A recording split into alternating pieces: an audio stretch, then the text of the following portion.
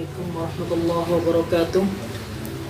Alhamdulillahirabbil alamin wassalatu wassalamu ala asyrofil anbiya'i wal mursalin wa ala alihi washabbihi ajma'in, amma ba'du. Marilah kita melanjutkan pelajaran SKI yang telah kita pelajari, dan sebelumnya marilah kita membaca doa sebelum belajar. Bismillahirrahmanirrahim. Raditu billahi rabba wa bil islami dina wa bi sayyidina Muhammadin nabiyyan wa rasula wa bil qur'ani imaman wa hukma wa bil mu'minina wal mu'minat kullum ikhwana. Allahumma aftah qalbi futuhal arifin was salihin. Allahumma aftah qalbi futuhal arifin was salihin. Allahumma aftah qalbi futuhal arifin was salihin. Rabbi zidni ilman nafi'an warzuqni fahman wasi'ah. Semoga pelajaran kita bertambah ilmu dan bertambah kefahaman luas. Kita akan menjelaskan perkembangan Islam di Indonesia melalui kerajaan-kerajaan. Pertama yaitu Pulau Sumatera. Pulau Sumatera terdiri dari, pertama adalah Samudra Pasai. Samudra Pasai itu terdapat dua dinasti. Yang pertama adalah dinasti Murakhoir, dengan rajanya adalah Mahmud Syah, yang pada itu dari tahun 1142 sampai 1078 Masehi. Mahmud Syah itu adalah pendiri dinasti Murakhoir. Yang kedua digantikan oleh Maharaja Mansur Shah pada tahun 1078 sampai 1133 Masehi, dan penggantinya adalah Maharaja Syamsuddin Ghiyasuddin Shah. Raja berikutnya yaitu Murah Noe. Murah Noe itu bergelar Nuruddin.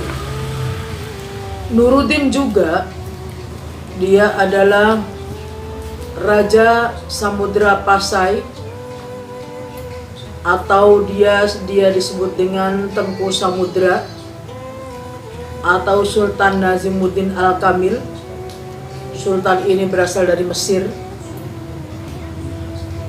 Berawal dari dia adalah seorang laksamana untuk merebut pelabuhan Gujarat, tetapi dia malah singgah ke Indonesia dan menjadi raja di sana, yaitu Raja Samudra Pasai pada dinasti pertama. Dan akhirnya apa? Dia, karena beliau tidak mempunyai keturunan, maka dinasti pertama dari kerajaan Samudra Pasai, yaitu dinasti Murakhoir, itu akhirnya tidak ada kelanjutannya. Dan yang kedua, dinasti kedua adalah dinasti Murasilu.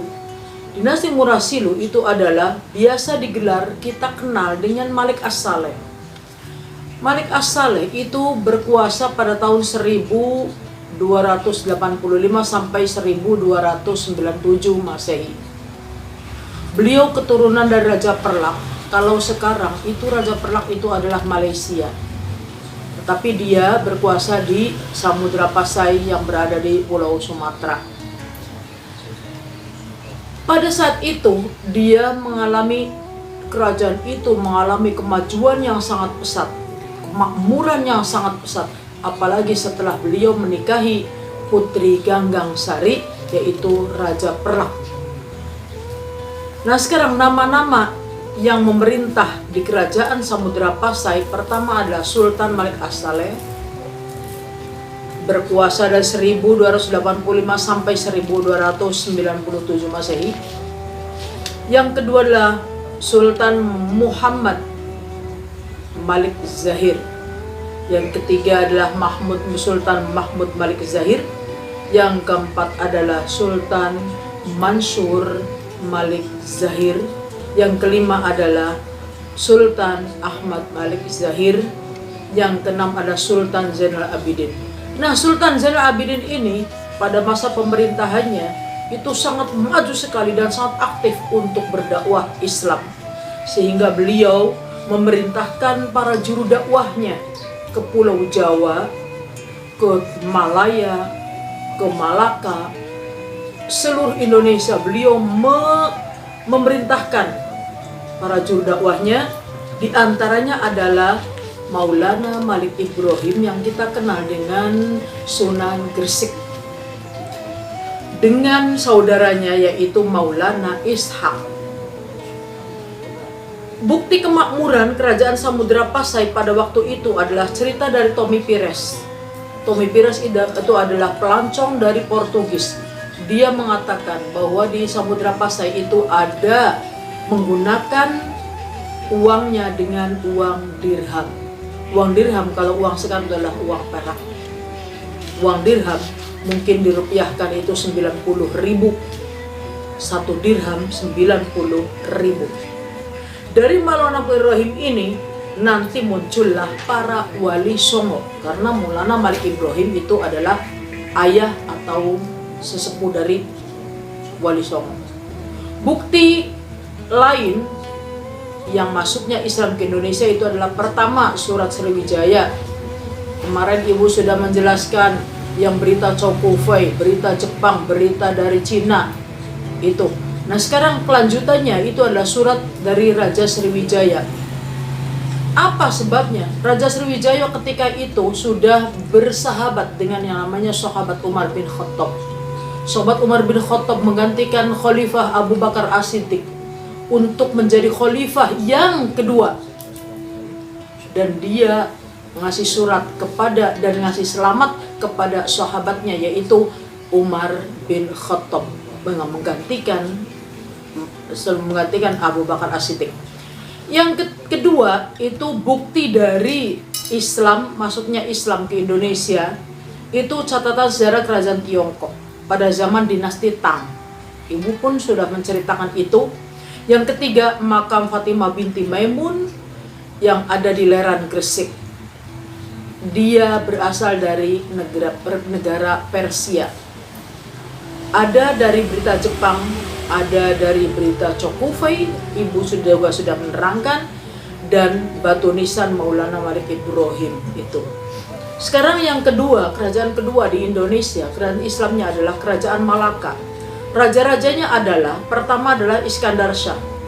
Iskandar Shah itu awalnya adalah Hindu, tapi dia seorang pangeran, aslinya seorang pangeran di kerajaan Majapahit yang melarikan diri karena dia itu perang dengan pamannya di perang Paregreg. Dia kalah dan dia meminta bantuan kepada Adipati Unus, sehingga Adipati Unus pun dijuluki dengan Pangeran Sabranglor. Adipati Unus juluki Pangeran Sabranglor. Akhirnya apa? Adipati Unus mau membantu, tapi dengan satu syarat, kalau menang masuk Islam dengan rakyat-rakyatnya. Nah inilah disebut dengan masuknya Islam secara politik, lewat rajanya dulu diislamkan, barulah rakyatnya. Setelah itu beliau Iskandar Shah bernama asli Paramisora. Paramisora itu dari Hindu, tapi dia masuk Islam dengan julukan yaitu Iskandar Shah. Iskandar Shah meninggal. Ini ketika Iskandar Shah jadi raja Islam, ini sangat maju pesat sekali di Samudra Pasai itu, yaitu di Malaka ya, tepatnya di Malaka. Yang kedua, Muhammad Iskandar Shah menggantikan ayahnya.